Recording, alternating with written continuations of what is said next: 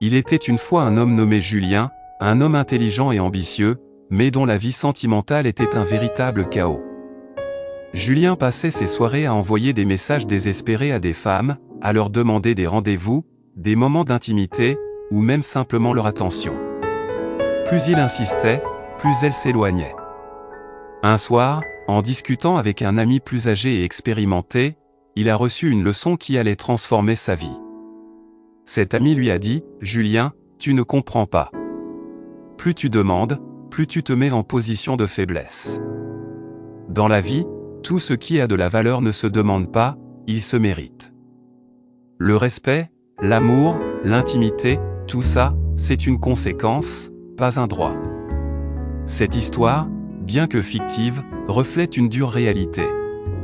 Beaucoup d'hommes tombent dans le piège de quémander des choses essentielles comme le sexe ou le respect, pensant que ces demandes légitimes suffiront à équilibrer la relation.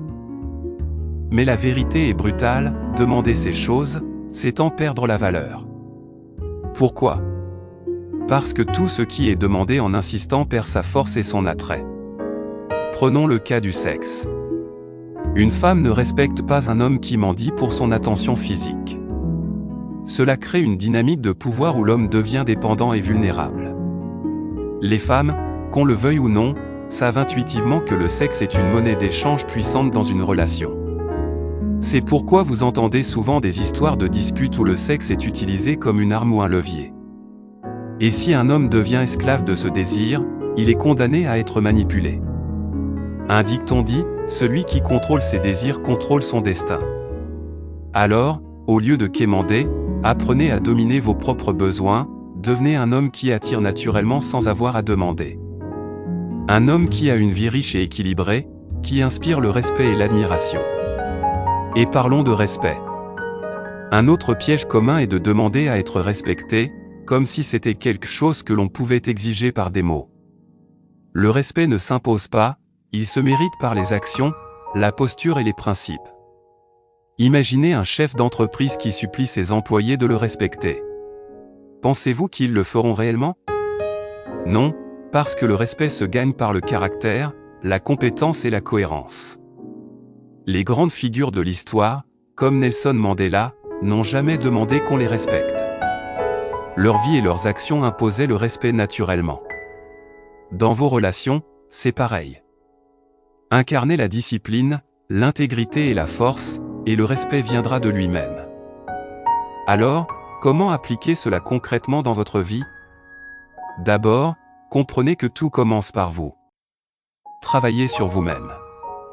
Améliorez votre physique, votre intelligence, vos compétences, votre carrière. Soyez un homme qui apporte de la valeur dans la vie des autres, pas un homme qui mendie pour en recevoir. Ensuite, apprenez à observer les dynamiques relationnelles avec clarté. Une femme ne vous respecte pas ? Posez-vous cette question, est-ce que je me respecte suffisamment pour exiger implicitement ce respect ? Et enfin, n'ayez jamais peur de vous retirer. L'une des leçons les plus importantes dans la vie est de savoir que ce que vous ne tolérez pas détermine ce que vous attirerez. La vie n'est pas une question de chance ou de circonstance. C'est une question de choix. Et l'un des choix les plus puissants que vous puissiez faire est de ne jamais demander des choses qui devraient venir naturellement. Soyez un homme d'abondance, pas de pénurie. Le sexe, le respect, l'amour, tout cela viendra lorsque vous serez un homme qui en est digne. Comme le dit un proverbe africain, le lion ne se retourne pas pour répondre aux aboiements des chiens.